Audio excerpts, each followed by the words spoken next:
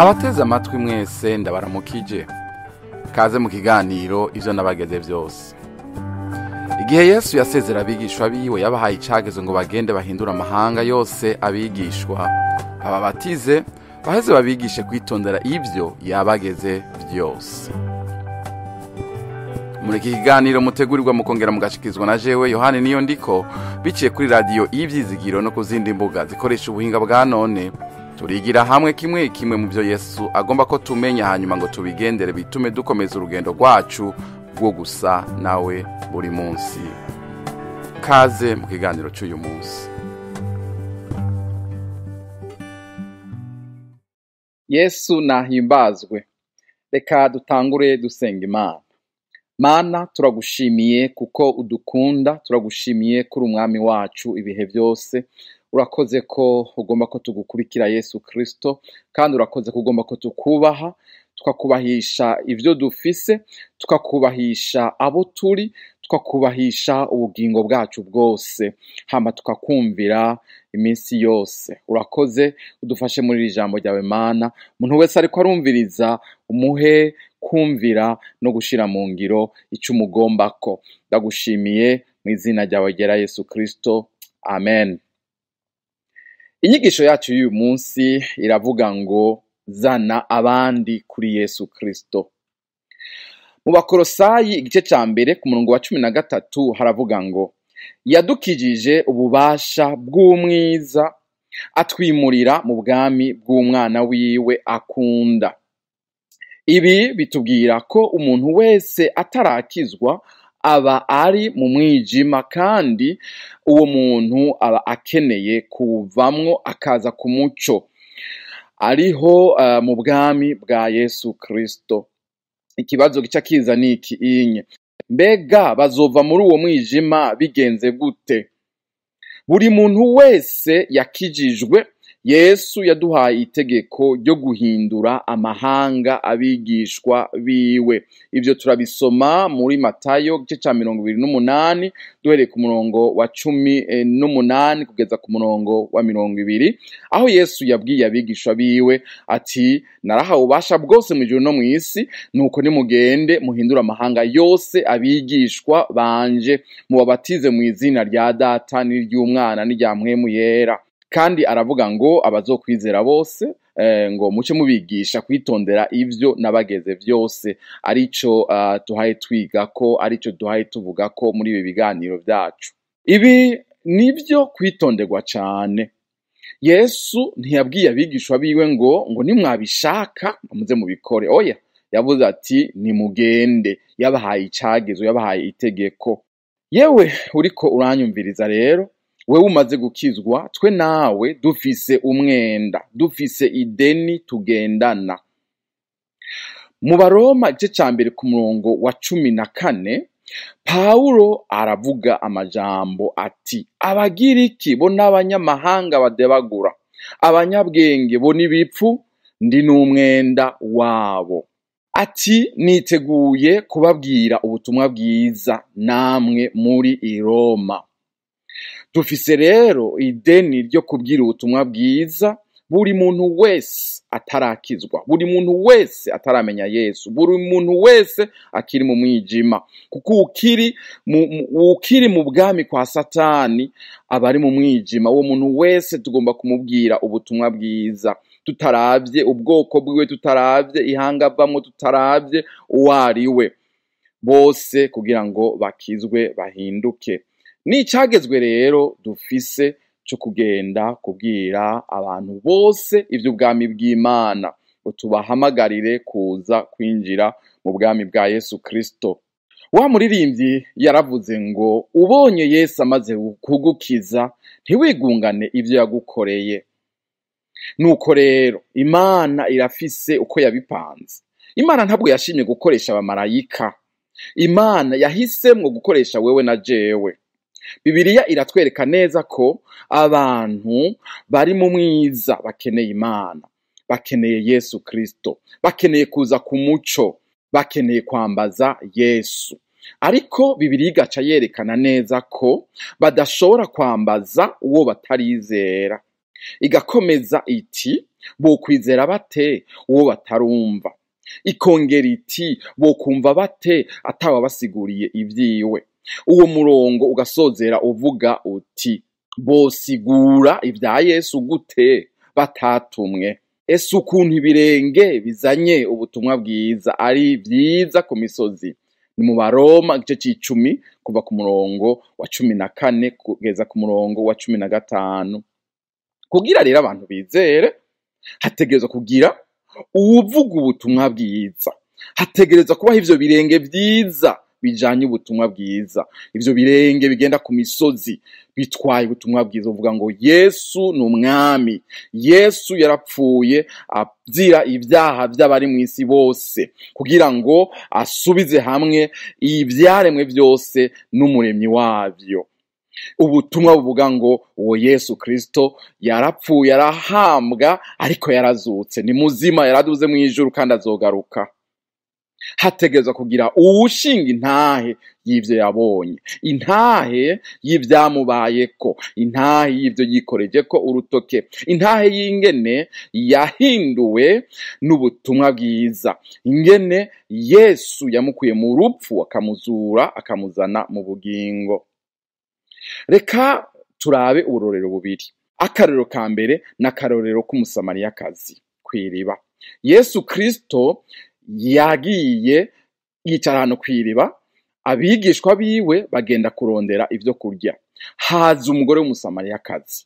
Uwo mugore aje kuvoma, Yesu amubwira ati mpa amazi. Uwo mugore aramubwira ati wewe uri umuyuda, ko nzi tunenana, wewe bigenze gute ngusaba amazi? Yesu aramubwira ati iyo umenya ugusavye amazi wari kumusaba nawe uti mpa amazi y'ubugingo.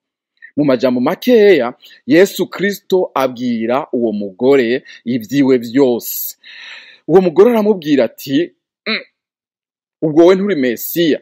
Atahura yuko uwo muntu amubwiye ibyo yakoze vyose, ibyaha vyiwe vyose, ubuzima bwiwe bwose ahishurirwa na mpwemu w'Imana yuko uwo muntu ari Mesiya.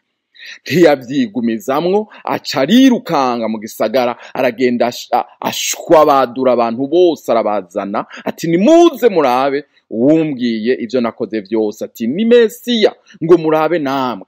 Baraza ari benshi cane, babona Yesu, bavugana nawe, baramwumva, barizera. Mu mpera baramubwira bati wa mugore we, ntitwizeye gusa kubera ivyo watubwiye, ariko natwe turiboneye. Uwo mugore yahindutse umuvugabutumwa, yapfuye kwizera gusa acika umuvugabutumwa. Yewe uri kuranyumviriza, ngomba kukubwira ngo uri umuvugabutumwa. Kumaze kwakira Yesu, haguruka, zana abandi kuri Yesu, haguruka, bwira abandi vya Yesu, haguruka, bashingira intahe, ubabwire ko Yesu Kristo ari umwami, ari umukiza wabo, kandi ko abashaka. Uwo mugore yaciye yirukanga mu gisagara, arabazana, hama barizera. Natwe duhamagariwe iki? Duhamagariwe gukora nk'uwo mugore. Imana idufashe cane. Umuntu wa kabiri ngomba kuvuga n'uyu muntu Yesu yakuyemwo abadayimoni. Muri Mariko igice ca 5 kuva ku murongo wa 1 gushika ku murongo wa 20 hatubwira uyu muntu yaragwaye impwemu mbi, ngo abantu bari bagerageje kumuboha bikanga, imigozi bamubohesheje igacika. Ariko umunsi wiwe wo gukira uragera. Yesu arahagera. Yesu agera aho uwo muntu ari. Bibiliya iratubwira ko uwo muntu yari mu mpwemu mbi, ngo yabonye Yesu, ngo aciye aza arirukanga amwikubita imbere, aramubwira ati uje hano gukora iki ga Yesu? Uje kudutumanta, uje kutubabaza? Yesu Kristo nyawo nacakemeye izo mpwemu mbi, ati muvemwo. Zica ziramwinga tuti dutabare, basi tureke tuje muri ziriya ngurube. Yesu arareka izo mpwemu mbi zigenda muri za ngurube, ingurube zigenda zisuka mu kiyaga, zirapfa, zirahera. Uwo muntu aca arabohoka. Abantu bamubonye barakanguka. Abantu rero bagira iki? Bagira impuhwe, bagira n'umubabaro w'ivyo bitungwa vyabo. Baca bagira bati Yesu tuvireho, nugende, genda bangaha, nuveho. Ico nanziriye kuvuga ni iki? Wa muntu yabohoka wa muntu ahejeje gukira ibyabaye n'ibiki. Yesu yuriye ubwato ngo yigire, wa muntu aciye amusaba ati nkundira Yesu tujane, nkundira Yesu ndagukurikire tugendane. Ariko Yesu aramubwira ati oya, ntabwo nkurikira, genda iwanyu, genda mubi wanyu nyene mu muryango wawe ubabwire ibyo Imana yagukoreye. Muracumva? Yamubwiye ati yacu nkurikira, hari iwanyu bakeneye kumva inkuru nziza z'ivyo Imana yagukoreye. Hari iwanyu mu muryango iwanyu, hariye mu mihani iwanyu, hariye muri village iwanyu bakeneye kumva inkuru zawe, inkuru z'ingene Imana yagukoreye ibitangaza. Uwo muntu acaragenda yewe gayiwe ngo hitwa Decapoli, nukuvuga ngo mu bisagara 10. Decapolis nukuvuga ngo ibisagara 10. Acaragenda kwiza izo nkuru za Yesu Kristo muri ibyo bisagara byose. Byumvikana ngo yabaye umuvuga butumwa, ahejeje kwizera gukira, ahejeje guhumanuka, ahejeje gukizwa, ahejeje kubohoka. Ubwo nyene yaciye umuvuga butumwa acaragenda iwabo. Yewe Yesu akurungitsa iwanyu, Yesu akurungitsa aho muri village iwanyu, Yesu agushaka aho mu ishuri wiga, Yesu agushaka aho muri butike ukora, Yesu agushaka aho muri quartier iwanyu, Yesu agushaka muri bajya muvukana. Bumuco bicitegerezo ciza, shinga intahe babwire ko Yesu ari umukiza. Yesu aragutumye uyu munsi iwanyu, iwanyu ubwo butumwa bwiza. Imana idufashe cyane. Umva rero twokora iki? Ngiyi defi ngomba kuguha, ngiyi challenge ngomba kuguha, ngiyi gikogwa sinagenda kiguhaye, ni Bibiliya kiguhaye. Ngomba ndagusabe ngo iyumvire abantu batatu mu buzima bwawe, kumbura abo muvukana, kumbura abo mwigana, kumbura ababanyi bawe, ubiyumvire batarakizwa. Umaze kubiyumvira, ubiyumvira usenga, usabe mpwemu yera aguhishurira abantu kanaka 3. Abo bantu 3 ndagomba kugusaba iki kintu: utangure kujya ubasengera buri munsi, hanyuma usabe Imana, usabe mpwemu yera akurongore ku kintu uzokora. Ico kintu ni iki canke ivyo bintu ni biki? Umaze gutangura kubasengera, utangure kubagendera, utangure kubagira abagenzi, utangure kurondera ingene wobayagisha, wobabwira ubutumwa bwiza. Tangura kubakunda, bereke urukundo, bereke bakorera ikintu utari bwabakorere, hanyuma Imana izokurongora ingene utangura kubabwira rero ibya Yesu Kristo, bashingira intahe y'ibyakubaye koko wakijijwe. Babwire ntarakizwa narimeze gutya, hanyuma mpura na Yesu arampindura, none ubu ndi gutya. Wanyumvise? Imana igufashe kubikora, Imana iguhezagire cyane. Hanyuma ubabwire ko Yesu Kristo ni umwami, ko Yesu yabapfiriye, hanyuma ko agomba ko bamwizera bagacika abana biwe, bagacika abana b'Imana. Imana iguhezagire cyane. Ivyo yatugeze byose uyu munsi, ico agusaba no kuzana abandi kuri we, mu kuba itara, mu kuba umuco, mu kuba umuvuga butumwa. Uhereye hehe? Yerusalemu. No kuvuga mu nzi wanyu, mu muryango iwanyu, muri village iwanyu, mu mihani iwanyu, muri quartier iwanyu, aho nyene ukora. Abo bantu baza, abo bakiriya bawe, abo babanyi bawe, abo nyene niwe Yesu agutumyemwo. Imana igufashe, Imana iguhezagire, kandi twese Imana iduhezagire muko dukomeza gukora iki gikorwa yadutumye. Urakoze. Imana ibane natwe twese. Amen.